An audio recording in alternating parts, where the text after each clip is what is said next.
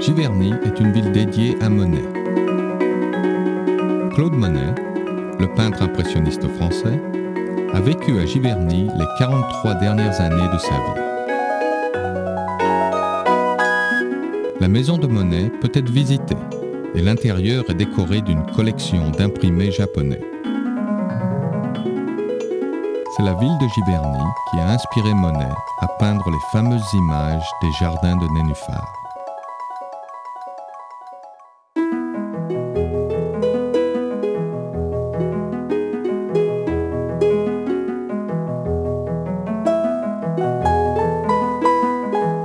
Bien sûr, il y a un musée consacré à Monet à Giverny.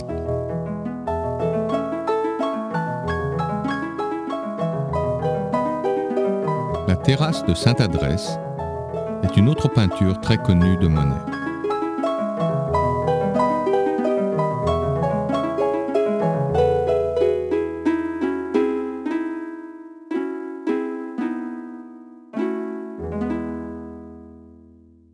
La rue de la Grande Horloge est une des rues les plus connues de Rouen.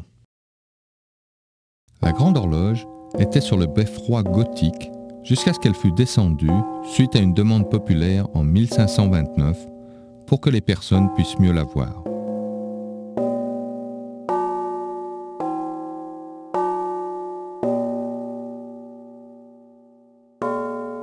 Vous pouvez monter au beffroi datant du XIVe siècle où les entrailles de l'horloge sont encore présentes. La cathédrale de Notre-Dame fut construite au cours du XIIe et XIIIe siècle. Sa façade ouest fut le sujet de séries d'études de Monet sur le changement de la lumière.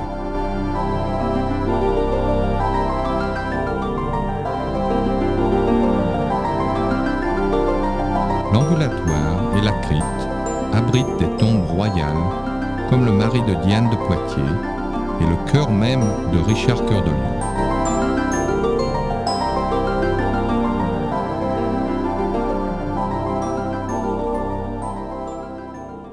Le vieux centre-ville de Rouen est complètement rénové.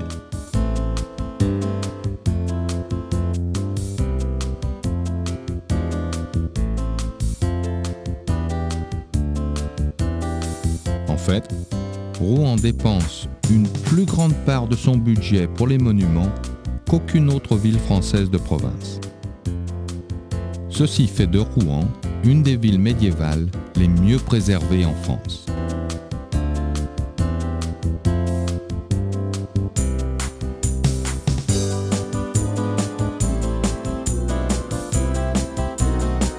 Les voitures sont interdites au centre de la ville. Ainsi, courir les magasins sera une expérience agréable.